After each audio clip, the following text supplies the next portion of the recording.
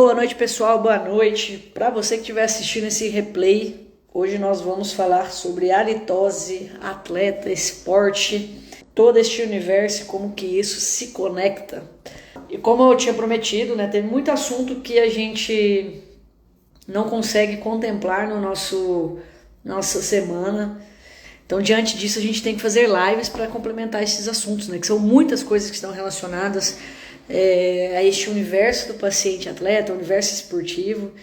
E então a gente foi construindo ao longo disso das lives. Boa noite, Vivian, boa noite, Luciana, sejam muito bem-vindos. E claro que sempre quando a gente vai falar sobre isso, é sempre importante trazer experts que dominam esse assunto de halitose, e a gente sempre vai casar com odontologia, né? Então não adianta só eu ficar necessariamente falando sobre algumas coisas, e portanto hoje, né, vamos falar com o Dr. João Paulo, que João Paulo ele trabalha com halitose há muito tempo, e a gente vai entender todo esse universo do mau hálito, o que está relacionado, né? Existe muita coisa de senso comum, e vamos descobrir o que pode ser verdade, o que não é, o que de fato está relacionado. Eu imagino para todo mundo que esteja acompanhando esse circuito, né? Eu fiz um circuito de lives e aulas no YouTube sobre a área de odontologia do esporte, porque eu acho que sempre é importante, e às vezes, conceituar para as pessoas e aliar. Porque tem muita gente, às vezes, que nem sabe que existe uma área de odontologia do esporte. Nem para a gente chegar na halitose do atleta, a gente precisa passar pela odontologia do esporte, pela saliva. São alguns aspectos que a gente precisa Sim, dominar. Então, como eu ia abrir já um clube, né, de odontologia do esporte, porque a gente vai amadurecendo dentro da área e a gente vai vendo que existem muito mais pessoas interessadas e que querem estar unidas para divulgar a área, para trabalhar com a área, para fazer a área crescer. Então, não tinha como fugir disso. Então, a gente está numa evolução aí de 4 anos, e dessa vez agora a gente abriu um clube de que odontologia do bacana. esporte, que inclusive quem está lá na parte de saliva com a gente é a Cláudia Todescan. Não, Então, ela dá aula aqui, lá, é uma profissional incrível, que está dentro do incrível. grupo de vocês também, está sempre acompanhando. Família. E não tinha como, assim, João, a gente até conversou pelo WhatsApp, né, nesse sentido, e quando a gente tava pensando na data, eu falei, putz, que legal, a data vai se casar certinho, acho que com vários temas que eu complementei por live, e eu não abordei muito, assim, saliva, né, esse aspecto nas aulas do YouTube, porque a gente teria essa aula aqui. Sim, Tá? Então, obrigada por ter aceitado o convite. Eu acho que não, a gente tem muito para prazer. agregar, porque a gente sempre tem dentistas e pacientes atletas aqui também, né? Então, vamos dar uma Sim, conversada sobre sim. isso. Não, muito feliz de estar aqui conversando contigo. Já te acompanho há um tempo aí no Instagram, já vi, eu me lembro do primeiro vídeo que eu vi teu, foi teu com a professora Cecília, né? Não, Ana Cecília, sobre o pH do shot de limão, que eu acho que isso é muito interessante. A gente, né, tem pouca noção do pH desses alimentos, bebidas que a gente ingere e como isso pode ter repercussão na nossa saúde bucal, né?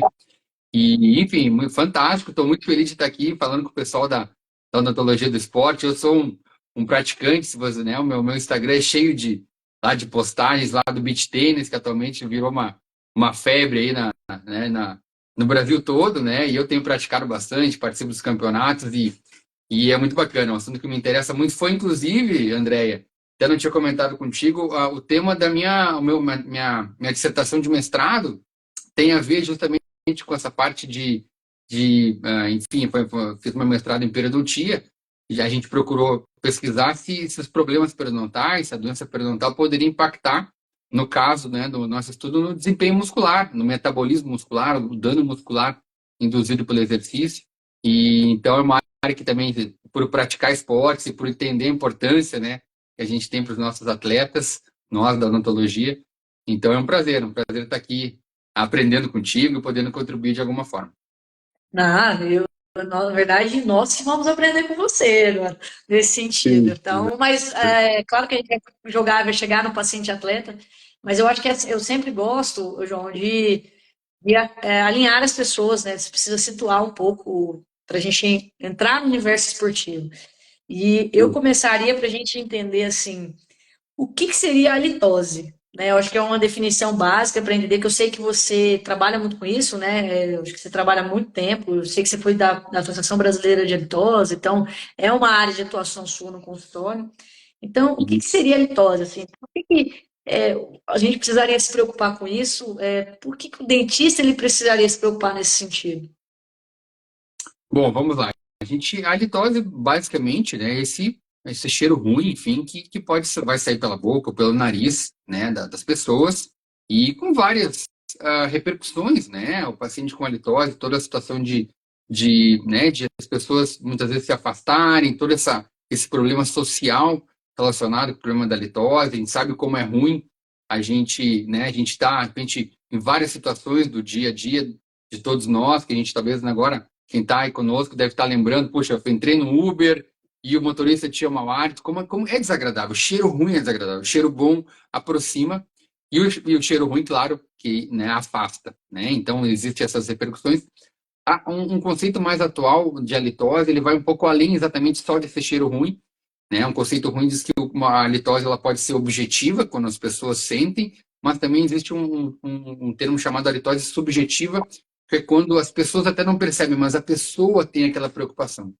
E a gente recebe muitos pacientes no consultório, e claro que podem ser atletas ou não atletas, enfim, né? A gente está saindo desse universo maior, que tem que tem essa preocupação, e muitas vezes, pela própria preocupação e a dificuldade em falar sobre esse assunto, um assunto que é um tabu, né? Que as pessoas às vezes não têm dificuldade até falar, marido e mulher têm dificuldade de repente avisar um ao outro que o hálito pode não estar legal, né? Todo o tabu que envolve, e as pessoas preocupadas com isso e não resolvem esse problema, não falam com ninguém, não procuram ajuda, então se torna um problema, né? Essa litose chamada litose subjetiva ou subclínica, né? Então esse é o nosso problema, né? Da litose. E claro, a gente sempre pensa nas causas, né?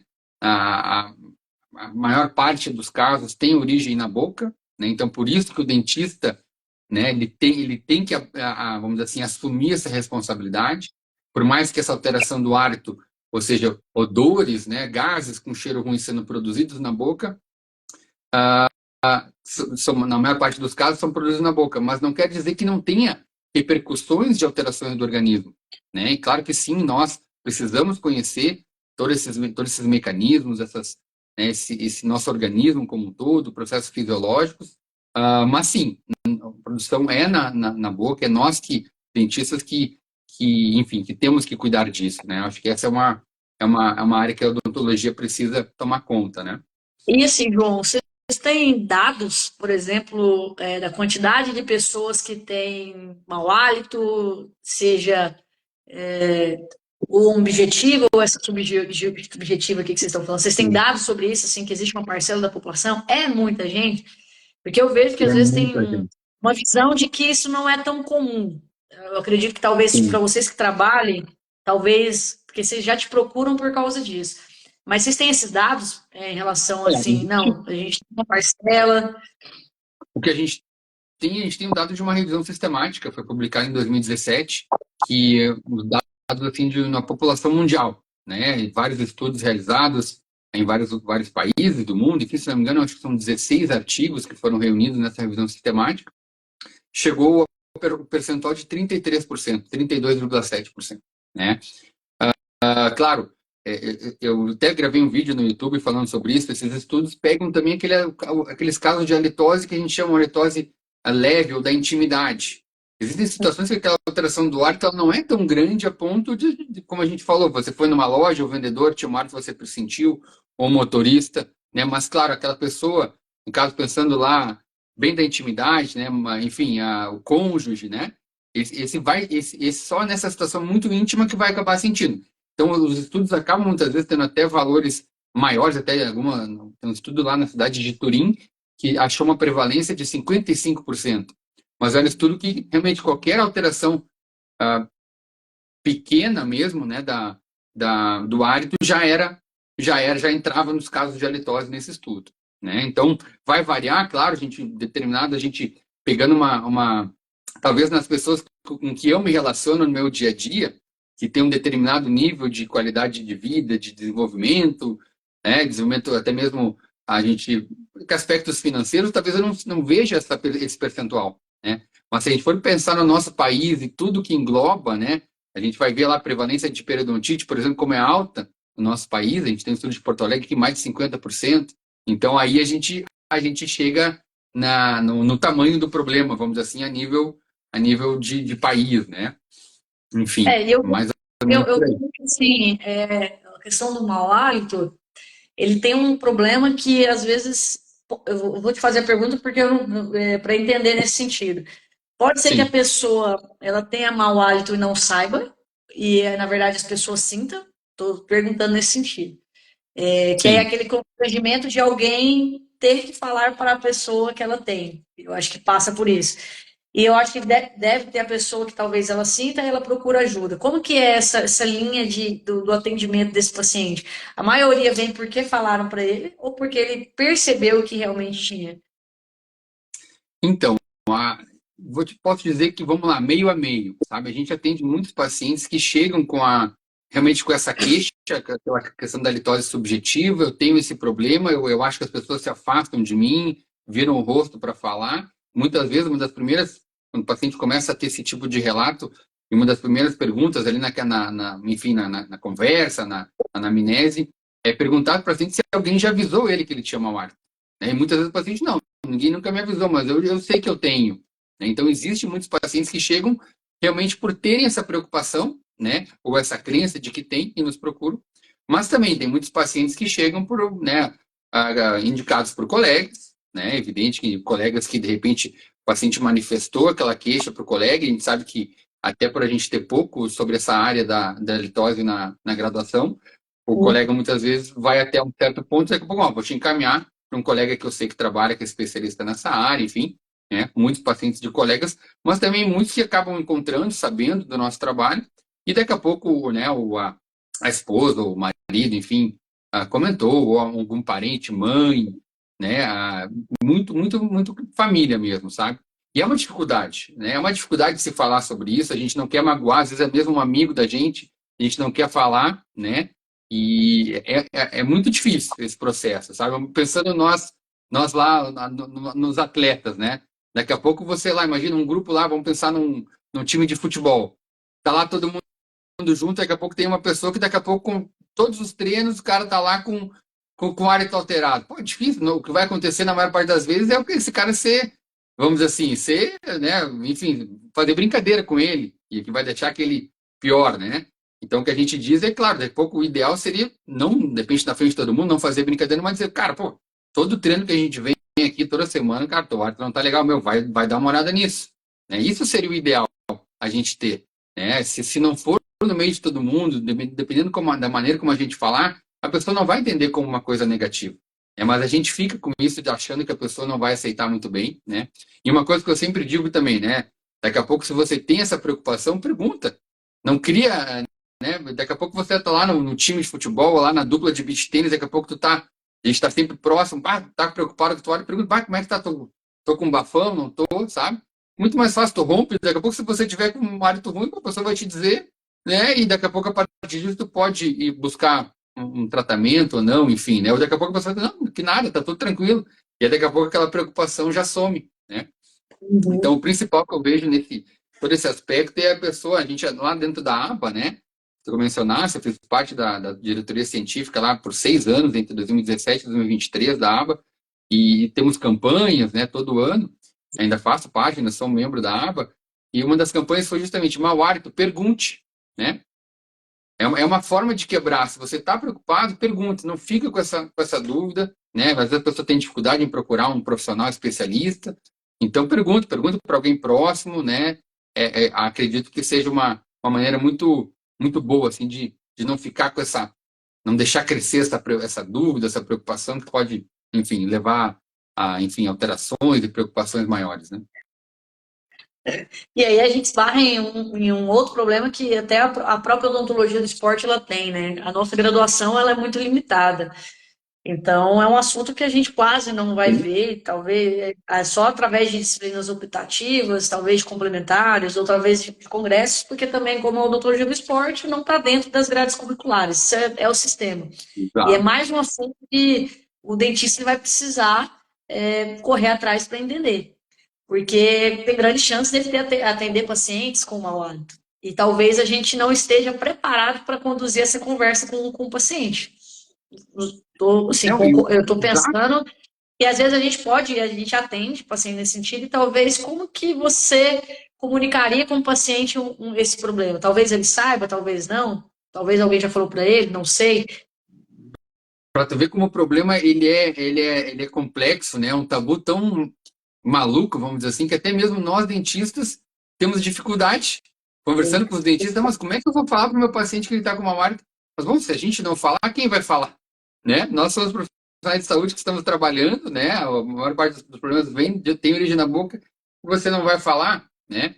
Então, claro, o que eu costumo dizer, sou especialista mestre em periodontia, né? Trabalho muito na área da pele também.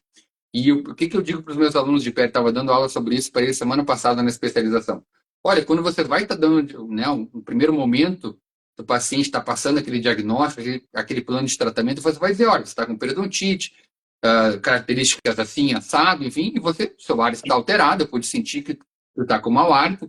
Provavelmente a periodontite é uma das principais causas, provavelmente tratando a periodontite, o seu hálito vai normalizar. No final do tratamento, eu vou avaliar o seu hálito também, para ver se ele normalizou ou não.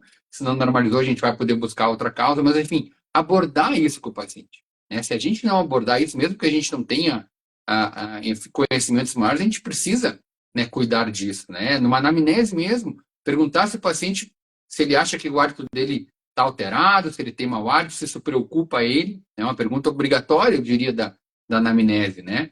E a partir disso, muitas vezes o paciente, até mesmo ele, estava se sentindo constrangido em falar sobre isso, mas antes que você fez a pergunta, bom, agora eu vou poder falar. Aquele momento que ele, não, realmente, que bom que tu perguntou.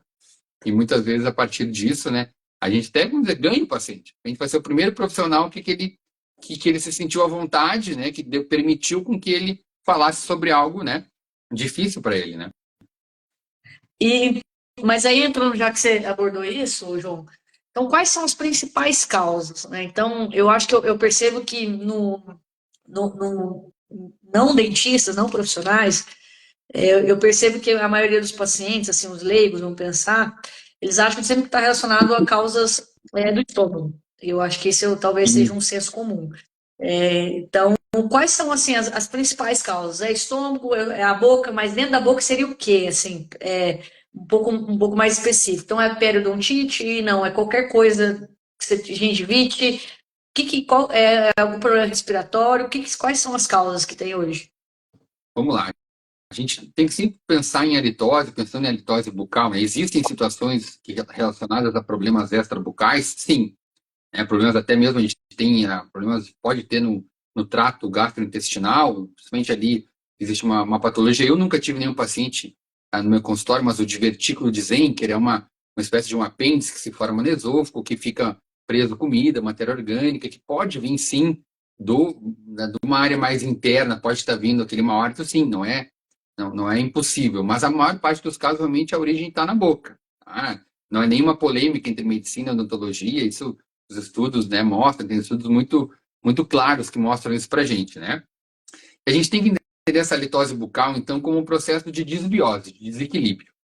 A litose, ela vai ser relacionada à produção de compostos, principalmente compostos sulfurados voláteis, pelas bactérias. Né? Bactérias em desequilíbrio. Né? A gente sabe que tem, né, bilhões de bactérias na nossa cavidade bucal, né? Nós vivemos em um processo de simbiose com elas, em processos de saúde, nós estamos em equilíbrio, não temos problemas com elas, mas em determinadas situações pode haver esse desequilíbrio, e aí vêm as doenças. A própria periodontite, ela depende de um biofilme desbiótico, aquele biofilme que acumulou por mais tempo, envolve a resposta imunoinflamatória do indivíduo, né? Então, sim, a periodontite a periodonte é um exemplo dessa desbiose que pode acontecer na boca, que vai levar à halitose, né? Mas não são só processos patológicos. A gente tem lá a região, por exemplo, da região mais posterior da língua, onde se forma lá o biofilme lingual, o saburra lingual, né? Como a gente queira chamar, o revestimento lingual, que seria a tradução mais correta, né? Do Tom Coating, que veio lá do inglês, né? Naquela região acaba sendo uma região de maior acúmulo bacteriano, muitas vezes, e essas bactérias, principalmente em situações em que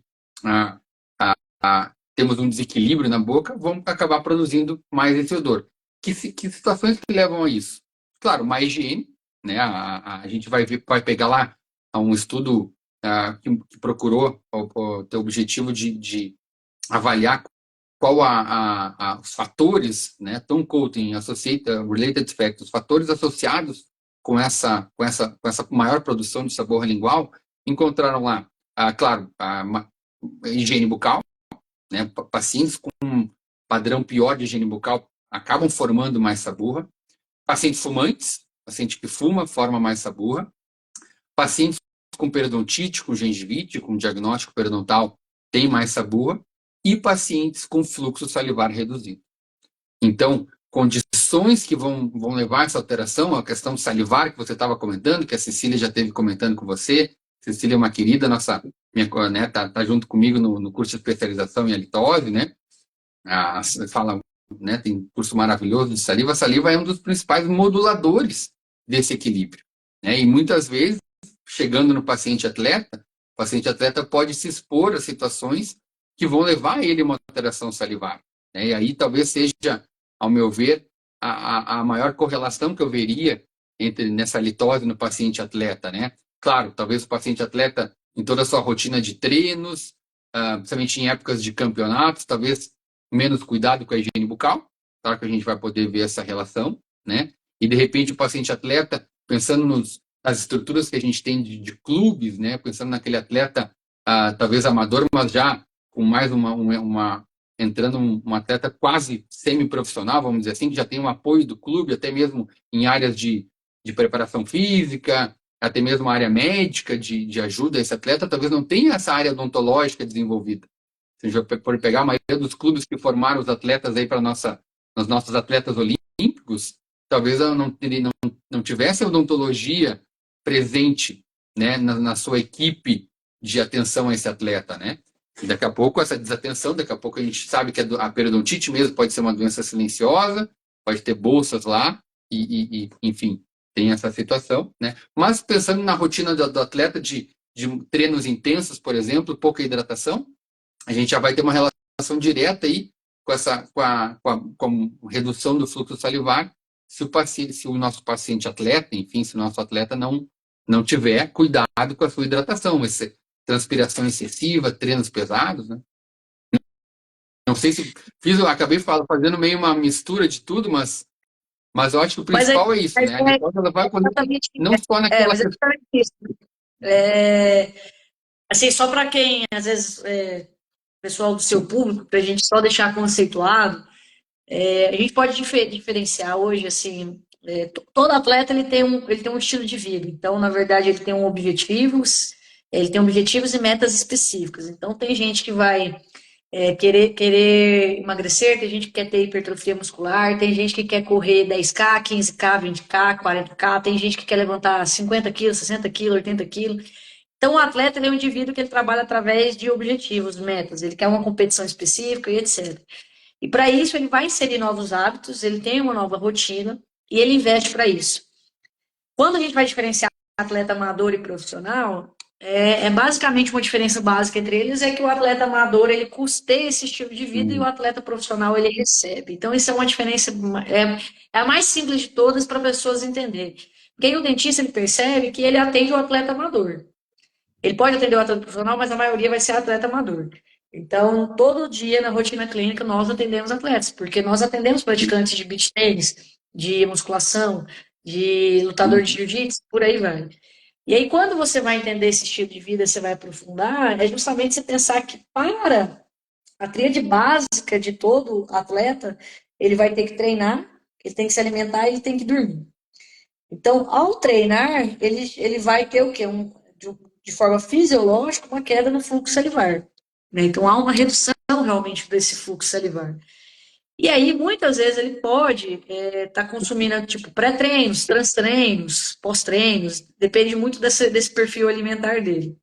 Naquele momento, a saliva ela não está de boa qualidade, porque ela não tem o fluxo ali. Não adianta, isso é normal. Por isso que a gente tem essa sensação de boca seca mas é uma hipossalivação transitória, não é algo ainda crônico, vamos dizer assim, no sentido de doença. Mas isso vai ser crônico porque todo dia ele faz isso. Todo dia ele Uhum. está com uma queda de fluxo salivar. Associado ao fato de que o paciente atleta ele não é orientado em higiene bucal, aí a gente começa a ter um problema também. Porque eu dando cursos, assim, estudando e observando alguns pacientes atletas, como senso comum, eles acham que é simplesmente escovar os dentes de- do jeito que ele acha que é. Às vezes o cara aprendeu a escovar o dente lá quando ele tinha 4 anos, não sabe nem posicionar a escova, mas às vezes ele pode estar falando para você que escova o dente, mas ele não sabe remover biofilme, por exemplo. Porque ele escova ainda como ele aprendeu a colar quando ele tinha 4 anos. Né? Então, aí você vai começar a perceber que os atletas eles não sabem orientações de higiene bucal. Eles não sabem a questão do fio dental. Eles não sabem se eles têm que raspar a língua ou não. Será que todo mundo, todo atleta, ele deveria raspar a língua? Então, eu parto do pressuposto, puxando esse gancho, para os dentistas que estão aqui, vocês têm que sentar com seus pacientes e ensinar eles a escovar a dente, a passar o fio dental. É assim, é básico, é o mínimo de seguir. Porque se a gente está falando de algo que é uma disbiose, a partir do momento que você deixa um paciente sem saber escovar os dentes, você já cria toda uma alteração ali. Num paciente que ele, todos os dias ele vai treinar por 1 hora, 1 hora e 10, com ausência, uma redução de fluxo salivar, é um problema. Segundo problema que a gente tem que você levantou, ele vai desidratar. Agora, pensa se esse paciente não, por exemplo, não toma água de forma adequada. Ao longo do dia, para formar saliva, Uhum. ele vai perder água por consideração do exercício, e um pouco da saliva ainda que ele vai formar é uma saliva de má qualidade, e muitas vezes, pela respiração mista, ela ainda é evaporada. Então, assim, você está de frente a um paciente problemático por causa dessa situação. E não tem como você mudar isso. Não tem como você mudar o fluxo salivar durante o exercício. Ele vai ter redução de fluxo salivar. Então, é Uhum. importante levantar nesse sentido. Como que a gente pode estabelecer isso? Então, se você levantou a questão da higienização, gente, o paciente atleta, ele precisa ser bem orientado. E aí, igual você falou, João, muitos problemas periodontais, eles não têm dor, né, no início. Então, não é algo que é assim, eu tô com uma bolsa periodontal aqui, por exemplo, eu tô com muitas vezes é silencioso. Se o dentista não souber É, fazer uma sondagem, uma tá, radiografia, muita coisa fica obscura. Não sei, eu perfeito. tô falando né, e diante de você ser um periodontista também. Uhum. Então, o papel do Tá. dentista, ele começa. Se às vezes, assim, o básico da escovação, se o dentista não faz nem isso, a gente começa a ter outros transtornos, e às vezes o paciente nem sabe, né? Ele É, nem sabe, se você não falar para ele, perfeito. E isso, bom, isso é outra coisa que também a gente está falando da avaliação do hálito, que muitas vezes o profissional não é realizado, enfim, e a própria sondagem periodontal, né? A gente, de repente, com um grande congresso que a gente, de repente, se for aí pegar um CIOSP, se for fazer uma pesquisa, talvez encontre ainda um percentual grande de colegas que não tem uma sonda periodontal, talvez, no seu, né, na sua, só um trio mesmo da sonda exploradora, não tem a sonda periodontal ali, né? Que é algo muito básico que a gente precisa avaliar do nosso paciente, né? E sabe que, pensando nessa questão da disbiose, né? Tudo envolve, são tijolinhos, vamos dizer assim, né? Se a gente não quer ter halitose, puxa, pensando que o atleta que vai reduzir o fluxo salivar, daqui a pouco ele tem algum esporte que envolve, enfim, esportes aeróbicos. Ele vai correr, né? Ele vai respirar daqui a pouco com a boca aberta. Ele vai ressecar ainda mais a cavidade bucal. Então, quanto mais ele fizer isso, como você disse, cada vez mais ele vai se expondo a esse risco. Né? Se vai ser algo momentâneo ou não, vai depender desses fatores dele estarem equilibrados no dia a dia dele. A questão da higiene, né? A questão de, como tu comentou, a hidratação normal dele, né? A própria questão de dieta. Né? A gente vê hoje em dia as próprias questões devido à própria correria do dia a dia, às vezes dietas líquidas, né? Os shakes ou só o whey protein, né? Daqui a pouco o paciente não teve, o lanche dele foi um shake ali, e uma das questões que até não falei que envolve acabei me esquecendo, que envolve uma produção maior de sabor lingual, é justamente uma dieta macia.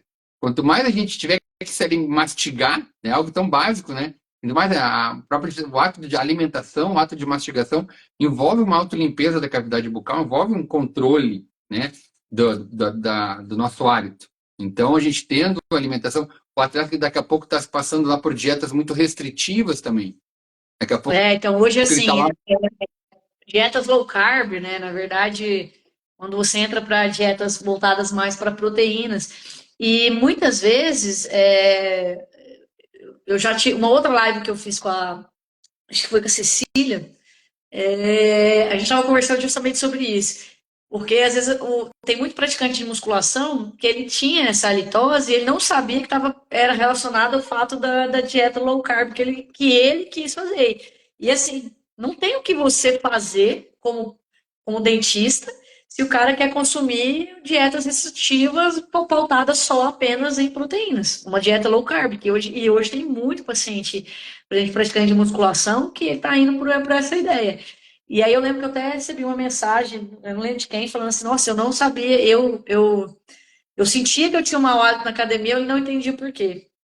E muitas vezes está relacionado a dietas baseadas em proteína, né? Não, Então, e a gente tem uma situação também do atleta daqui a pouco, seja um atleta que daqui a pouco está tendo que baixar o peso para alguma competição, ou mesmo vamos pegar a grande parte dos atletas hoje em dia estão na academia lá e também mas querem perder peso. A gente sabe disso, né? E daqui a uhum, pouco, sem ter uma orientação, faz uma dieta restritiva, fica muito tempo sem se alimentar, né, sem ter, claro, um cuidado com isso. E a gente tem um processo da gliconeogênese, né? O nosso organismo ele precisa de energia, né? E se ele não obter através da nossa alimentação, ele vai buscar nossas reservas de energia, quebrar as moléculas de gordura.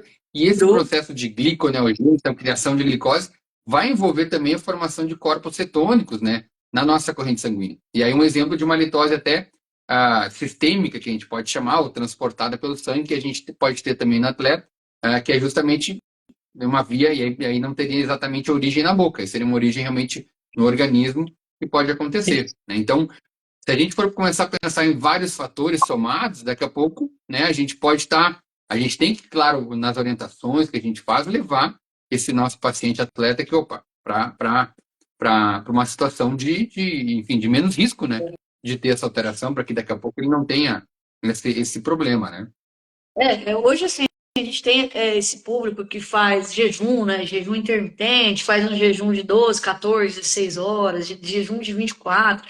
Isso, obviamente, vai refletir na saúde bucal. Não tem como. Não tem como você pensar alguém que só tomou um suco de limão pela manhã e ficar 12 horas sem comer alguma coisa.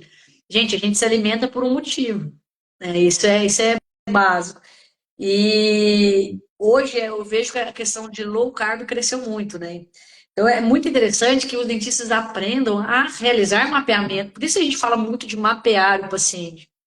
Porque você precisa entender o que que ele consome, por que que ele consome, o que que ele tá, né, que tipo de dieta ele está no momento. Porque o paciente atleta, ele é de fases, né? Não é uma coisa assim que é uma vez só e vai ser para sempre. Então ele vai ter fases de treinamento, fases que ele vai passando e a dieta dele muda ao longo do tempo.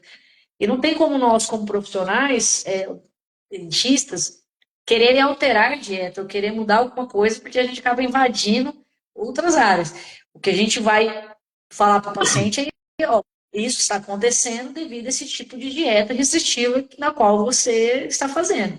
Se ele vai querer mudar ou não, mas que ele saiba que é por causa disso. E tem muita coisa que o dentista não vai poder resolver. Porque o Sim, mínimo a gente pode sim. diminuir essa problemática. Agora, eliminá-la por completo, né? Sim, depende, né? O tratamento da litose, a gente sempre digo para o paciente, o próprio tratamento periodontal, eu digo sempre para eles, né? Mais da metade do tratamento é o próprio paciente que faz. A gente tem medidas em consultório que nós realizamos, mas tem uma grande parte do tratamento, o paciente precisa seguir essas orientações e rotinas, né? E uma questão interessante que eu estava pensando também, né? Hoje em dia a gente falamos muito, né? Agora nas Olimpíadas, né? O processo de saúde mental dos atletas. Todo exemplo que teve da Simone Biles na Olimpíada passada, né? E se a gente for pensar todo o processo de estresse, de ansiedade que os atletas passam, né? Aí a gente consegue ver uma relação também de muito, muito, muito grande com a questão da litose, com a questão do fluxo salivar.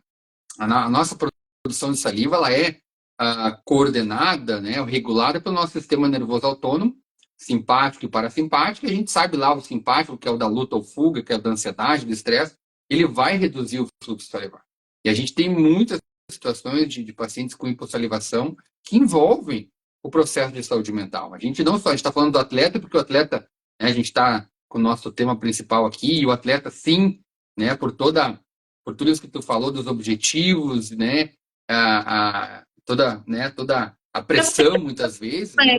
O atleta ele é pressionado tanto de forma externa como interna, porque ele mesmo se cobra Uhum. desse resultado, a maioria, ou se não uma pressão externa de outros profissionais, mesmo que seja às vezes um coach de assessoria dele mesmo, ele vai estar ali em cima, ele se cobra nesse sentido independente do objetivo dele. Então, ele é pressionado, além dele ele estar num estado assim mais estressor, até pelo próprio fato que ele põe o organismo dele o tempo inteiro, porque todo dia ele está ali Uhum. naquela atividade, e a gente fala isso em curso, que assim, atividade física é o básico que você tem que fazer no dia. É quando você está gastando energia fora como se você tivesse parado. Então, eu subi uma escada, eu estou realizando uma atividade física. Isso aí, ok. Tá ok, isso não tem pressão, não tem nada, você está gastando energia. Porém, a partir do momento que você entra numa atividade planejada, bem estruturada, que tem um objetivo específico, como exercícios físicos, como a musculação, ou esportes como o beach tennis, aí você começa a entrar numa outra conversa. Porque aí é treinos mais intensos, treinos mais frequentes, demandas energéticas diferentes. Aí a gente vai percebendo essas consequências. Tem um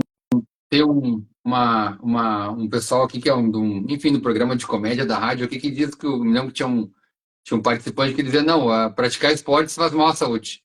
Né? Eu lembro, na verdade, o esporte, principalmente de alto rendimento, ele daqui a pouco, se a gente for pensar, né? Não é, Esporte de o alto esporte a rendimento nível competitivo, né? esporte de alto rendimento, ele é mais próximo da doença do que da saúde.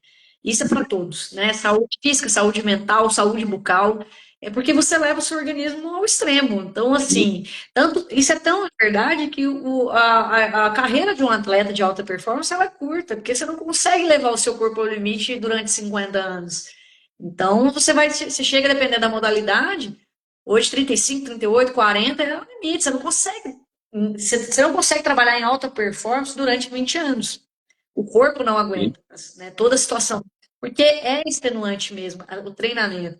Então, você imagina, pensando hoje que a gente estava nas Olimpíadas, existem atletas ali que demoram 2, 3 ciclos, assim, 14, 15 anos treinando para conseguir 15 anos todos os dias treinando para um dia chegar lá no pódio. E olhe lá, pode ser que não chegue. Claro que é objetivo, mas você imagina 14 anos a cabeça de uma pessoa que tem que levantar todos os dias, treinar, treinar, e vai falhar, e vai falhar, e vai falhar, até uma hora que der certo. Então é muita pressão, e realmente é uma questão importante a saúde mental, porque isso acaba refletindo. E eu gosto de uma frase que a Rebeca Andrade ela utilizou, que ela fala que atleta ele não é robô, então ele é humano. Então, muitas vezes a pessoa acha que é nesse sistema, mas uma hora dá pane. Deu pane, por exemplo, para Simone Biles na Olimpíada passada. E uma atleta de alto nível, e assim, de alta capacidade, disputou diversas competições, não era a primeira Olimpíada dela, mas deu pane. E acontece. E o nosso atleta amador é a mesma coisa. Porque quando você senta com ele na cadeira, por mais que não sejam umas Olimpíadas, mas o objetivo dele de correr a São Silvestre, por exemplo, pô, é o objetivo dele. Então você tem que Sim. entender que é uma coisa que ele quer muito. E assim, quem gosta de esporte, né? Você joga beach tennis, qualquer campeonatozinho mequetrefe que a gente disputa, a gente quer ganhar.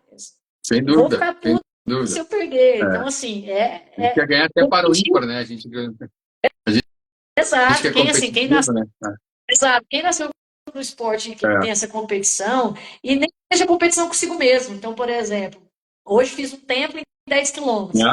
Ah, não, daqui a um mês eu quero fazer outro tempo. Não precisa ser com os outros, mas esse ar competitivo está dentro de quem está do esporte. É. E isso gera uma pressão, gera uma ansiedade pelo resultado. Imagina, né? Nós estamos falando, nós já somos, né, adultos, né? A maioria dos praticantes começa a praticar os esportes lá. Eu jogo lá no beach tennis, lá na minha categoria. Os melhores da categoria tem lá 15, 16, 17, 18. E é uma gurizada que daqui a pouco não tem, vamos dizer assim, a nossa vivência para lidar. Né? Para nós, muitas vezes é difícil lidar com toda essa competição e tudo, né? E é algo assim que que ainda bem que se fala mais hoje em dia, de uma forma mais tranquila, né? E acho fundamental também, dentro desse processo também, pensando no atleta, né? Ter rotinas também de o momento do lazer, o momento para esquecer, né? E acho que os atletas, eu vi o exemplo do Caio, né, da marcha atlética, foi na quarta Olimpíada que ele conseguiu. E ele vê que, apesar de tudo isso, pô, é um cara que, mente, tu vê ele falando, pô, um cara com uma cabeça boa, né? Então, tu tem que ter esse tipo de situação, né? E muitas vezes a gente precisa, dentro do, pensando no tratamento da litose, a gente precisa também ter esse tratamento multidisciplinar, né? A gente, claro, que tem toda como tu falasse, né? A gente tem um limite de atuação, né? Que até onde a gente sabe que muitas vezes, né, outros profissionais vão ser importantes também, né? A questão, por exemplo, de uma dieta cetogênica, essa dieta low carb, não tem muito que a gente tem que orientar e conversar com o paciente, mas dentro disso a gente não vai conseguir resolver esse problema. Enquanto ele tiver uma dieta low carb, ele vai ter esse mau hálito relacionado sistemicamente, não tem o que fazer. Ou você troca, ou você vai ter que conviver com isso. É mais ou menos esse sentido, e equilibrar os Sim. outros fatores. Né? É, Quando no você junta. atleta, principalmente, tem que ter esse cuidado, né? Porque o atleta também não pode, o atleta está demandando mais e mais energia, né? Aí é mais complicado ainda. O Tiago aqui perguntou: podemos dizer que um paciente que faz uso de dieta de jejum intermitente deveria passar pelo dentista? Com certeza, com certeza. E na verdade, os pacientes não são acostumados a falar isso para o dentista, e o dentista também não é acostumado a investigar isso. Então, você tem que saber se seu paciente ele tem dieta de jejum intermitente, mas assim, geralmente, o que ele faz? Ele faz algum shot inicial antes pela manhã, não, ele já acorda, toma uma água, fica. Você tem que entender, você tem que investigar o seu paciente. O dentista ele é acostumado a esperar o paciente relatar para ele. Mas muitos pacientes, eles não percebem essa correlação. Por incrível que pareça, ele não entende que uma dieta, um jejum intermitente teria impacto na saúde bucal, impacto na saliva. Muito dentista não sabe isso. Muito dentista não entende que assim, o ato de você mastigar e encostar os dentes é o que está ativando a sua glândula, estimulando ela a produzir saliva. Porque às vezes o dentista acha que a saliva ela vem assim. Claro que algumas Uhum. vêm, então eu tô falando assim, mas algumas das principais hoje, Não, que é a nossa glândula fica. parótida, se você não estimular, como que vai ter produção de saliva? E quem faz jejum não tem produção de saliva. E, gente, saliva ela é fator biológico principal. Então, assim, ela serve. A gente está falando de halitose, nessa limpeza de biofilme lingual, mas biofilme biofilme patogênico, etc. Mas ela serve para outras questões de organismo de defesa, remineralização dentária. Ela tem N funções que, quando você tem um quadro de um paciente que tem essa hipossalivação, ele tem problemas de saúde e qualidade de vida. E a halitose ela entra nisso. E aí eu ia te perguntar, João, assim, o paciente atleta chegou no consultório para um dentista, pensando que ele não é um especialista como vocês.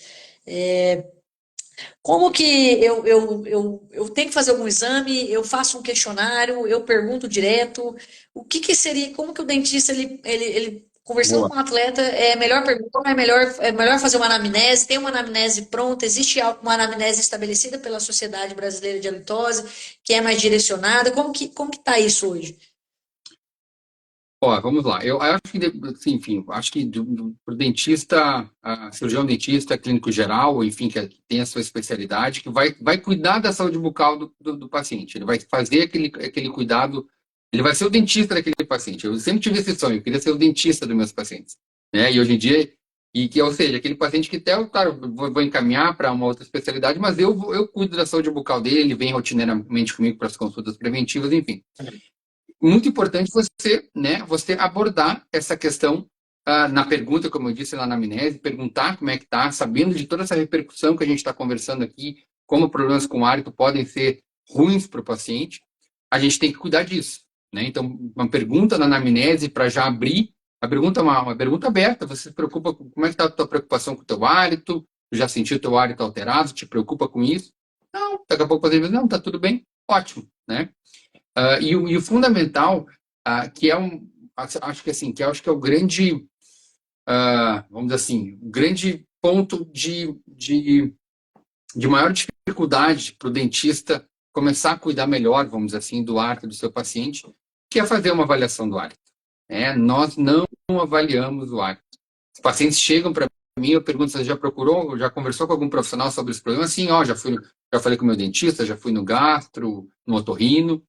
E uma pergunta que eu sempre faço é, e esse profissional, algum desses profissionais avaliaram o seu hálito? Como assim avaliar o hálito? Enfim, eles viram que o teu hálito estava bom, se estava ruim? Não, não, ninguém nunca viu como é que estava o meu hálito. Nós não fazemos isso, mesmo quando o paciente traz essa queixa para nós, né? Isso é fundamental. Um paciente chegou dizendo que está com uma dor em algum dente, você vai examinar aquele dente, né? Ou diz que eu estou com dor na gengiva, você vai examinar, fazer um raio-x, enfim. Eu estou com problema no hálito, você tem que avaliar o hálito. E é algo muito simples. O dentista, existem aparelhos, claro, que conseguem nos trazer outras informações, a concentração dos compostos furados voláteis, mas o teste padrão ouro, ainda reconhecido enfim, pelos consensos internacionais, é o exame organoléptico, feito pelo olfato do examinador, né? E só que, claro, isso não foi, a gente não aprende a fazer isso, a gente acaba não fazendo, né?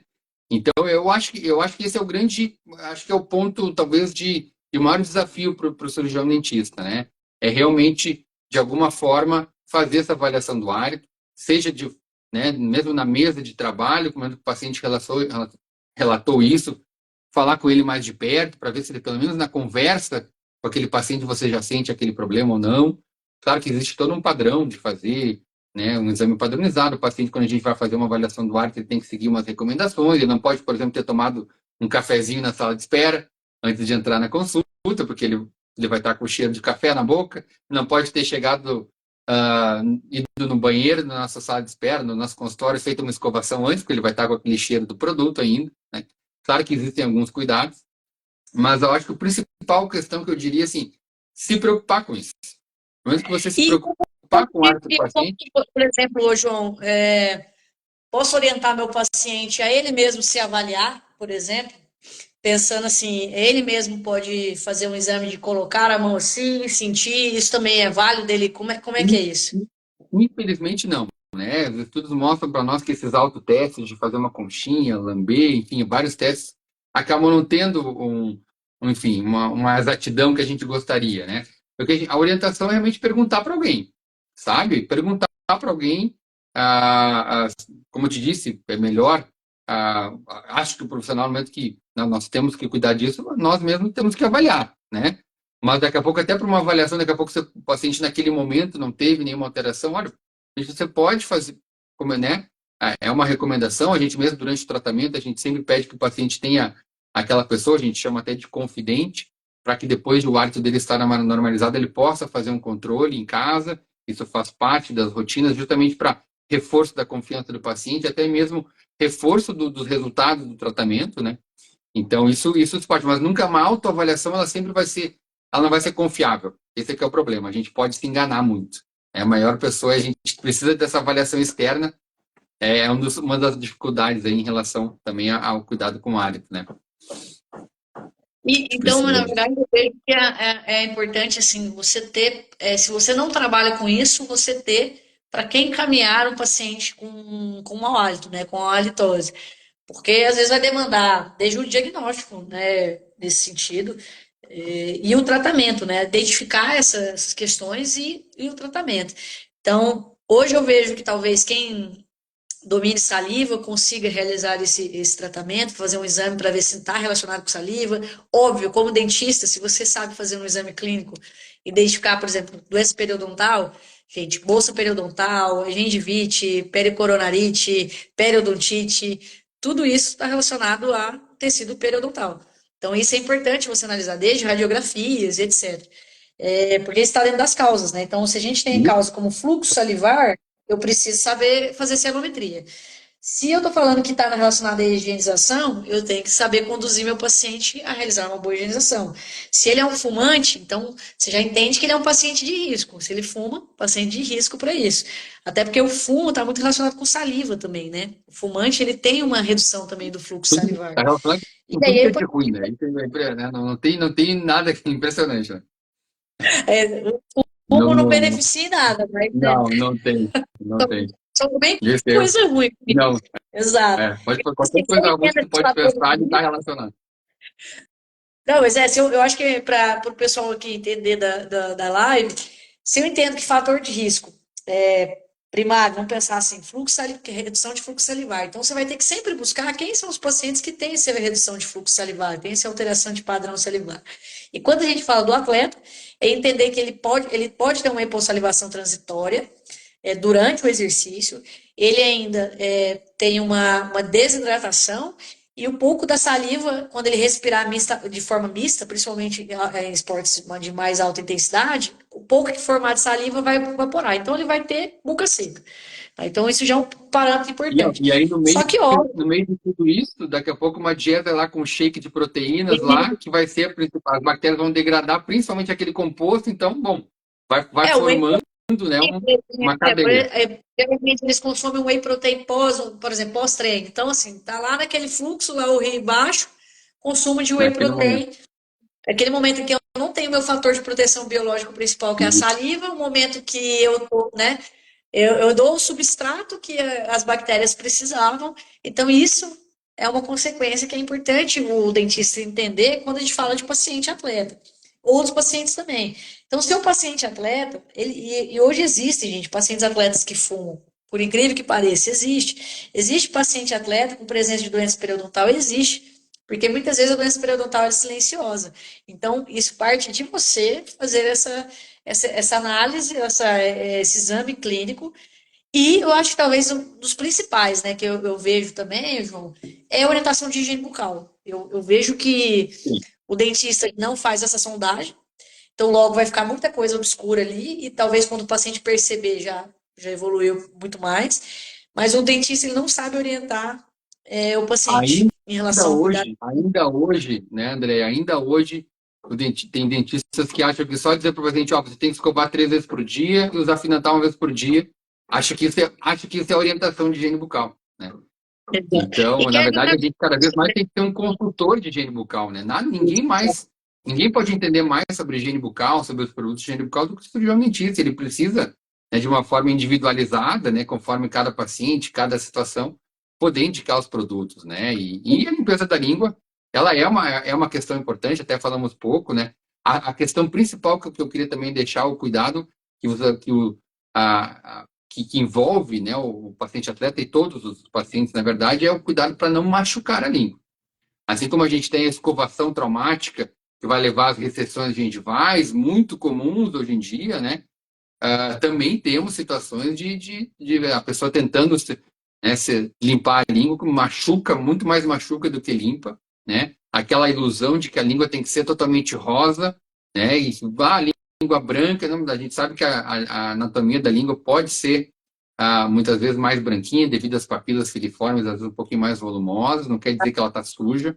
É Um detalhe importante destacar que, assim, importante. nem todo mundo, nem todo seu paciente atleta, você vai ter que orientar ele a ficar fazendo essa raspagem da língua. Vai depender, porque é igual a gente está falando assim, depende do perfil de dieta dele. Então, se ele não se enquadra nesse dieta, você avaliou a língua dele e a língua dele está limpa, não tem por que você chegar e falar para ele, vai limpar a sua língua, vai raspar a sua língua, que às vezes, em vez de se beneficiar, você vai traumatizar essa língua. E aí ele não tinha um problema, você vai gerar um problema para ele. Então, tem que tomar cuidado com isso. E doutora Juliana, e assim, aí vem entra em outro contexto de aula, mas as pessoas ficam assim, vai de cobre, faz de metal, o raspador é com escova, com dedo, a gente raspa com o que a língua? Qual que é essa orientação? Bom, que eu digo, que eu costumo dizer para os pacientes? Primeira coisa é desmistificar um pouquinho, né? Como tu está falando, né? A gente não pode colocar nossas fichas todas do tratamento que eu vou ter que ficar lá limpando a língua, né? Sim, limpar a língua com um raspador que seja, não pode ser muito afiado, vai depender, não conceituaria assim, ó, esse de cobre ou disso ou daquilo. Um raspador de plástico pode ter aquela aresta muito afiada e machucar, então ele tem que ter uma certa afiação, vamos dizer assim, daquela aresta raspadora para poder limpar, mas não pode também ser forte demais. Isso a gente tem que avaliar, né, cada raspador, que enfim, o raspador que o paciente está utilizando, de repente, muitas vezes trocar esse raspador, né? E eu digo para os pacientes assim, ó, é de 4 a 5 passadas. Né? Um raspador que seja confortável, a escova. O problema da escova é que muitas vezes ela é muito alta. Porque a escova, tem pacientes que vão limpar a língua com a escova e está tudo bem, muito obrigado, você não precisa nem mudar isso. mas muitas vezes o paciente não vai conseguir chegar numa região mais posterior porque ali aquela escova ela é mais alta. Então, raspador que que seja mais fininho, vai permitir ser mais confortável. O raspador precisa ser confortável, já por muito tempo até a gente faz o meia-culpa, às vezes tinha paciente que chegava aqui no consultório dizendo, doutor, não, tô limpando a língua, doutor, tô lá quase vomitando, mas eu tô limpando, sabe? Umas coisas que aos poucos também nosso conhecimento ele foi avançando nisso, né? Então, um raspador que seja confortável para permitir chegar numa região mais posterior da língua, que não seja muito afiada para não machucar, e claro, a frequência, né? Uma vez por dia, não precisa ser mais do que isso, os pacientes ficam lá toda hora limpando a língua, não precisa, uma vez por dia, você vai lá 4 a 5 passadas, né? Sem muita, né? Não é no tratamento ou a manutenção de um hábito saudável não vai depender disso exclusivamente, né? Mas claro que assim como outras práticas de higiene bucal, tem que pensar nisso aí, João, tem que pensar exatamente isso. E fique claro que não é para todo mundo. Então, começou uma onda de raspador de língua que parecia que todo mundo tinha que raspar a língua. Então, calma, também não é assim. Então, são fatores que a gente tem que analisar é e isso é importante. muitos pacientes que nos consultam no consultório que não usam raspador e têm um hábito perfeito. E não tem sabor, e não tem sabor lingual, então não tem por que a gente essa individualização das orientações é fundamental, né? Exato. Eu acho que isso é importante. E assim, para a gente finalizar, ô, João, o que que a gente fala, por exemplo, de pessoas que têm, sei lá, pensando assim, problema respiratório, no sentido rinite, sinusite, tem alguma coisa que está correlacionada, formação de casos, geralmente, né, que como que também tem em relação à halitose? Isso, problemas, vamos pensar na rinite, né? O paciente com rinite, muito comum. De onde é que tu é, Andréia, mesmo? De que Hoje eu onde estou é em que tu São mora? Paulo, mas São eu Paulo, estou em São Paulo capital, mas minha família é de Goiânia. Goiânia. Ah, legal. Não, porque aqui eu sou aqui de Porto Alegre, né? Porto Alegre a gente está aqui num inverno frio, né? Época que mudança de temperatura, rinite, resfriado, a gente acaba ficando com o nariz entupido, como a gente fala, acaba respirando mais pela boca. Respiração bucal, todo esse processo de ressecamento prejudicial, né? Paciente com rinite muitas vezes vai ter uma produção maior de muco, vai ficar com aquele, vai ficar fungando, né? Muitas vezes não é aquele muco, muitas vezes por si só ele não tem um cheiro ruim, mas ele vai sim chegar na cavidade bucal, esse muco ele vai ter conteúdo proteico, ele vai chegar, vai estar aquela cavidade bucal, aquela região posterior lá da língua que a gente está falando, vai ficar mais nutrida, né, de proteínas por esse muco. Então, tem essa relação, onde a gente pode dizer assim, uma causa indireta, vamos dizer assim, de todo esse processo, ou seja, contribuindo para essa desbiose, né? Então, são situações aí bem. A saúde, claro, a saúde do sistema respiratório é fundamental aí para tudo isso, né? Eu estou preocupado que talvez vai acabar a minha bateria. Eu até vou pegar o meu. Agora que eu me deu um Ah, sinal não, aqui de pouca bateria no meu. assim, não. Eu fui ver aqui agora, João, já deu 1h10. Ixi, A gente já até a estourou gente vai o tempo. conversando, né? Então. Coisa boa. Então, assim, na verdade, eu acho que é muito legal porque tem muita gente que desconhece isso da questão saliva, mau hálito e o esporte, mas entender que não dá para você ficar dependendo do seu paciente, você tem que investigar isso. Entende que seu paciente é um atleta de risco, se ele é um atleta de risco, você vai ter que identificar qual a modalidade que ele está, qual o perfil de dieta que ele tem. Não, o paciente atleta, ele não é tudo igual, né? Como a gente relatou aqui, assim como as orientações de ninguém não vão ser tudo iguais.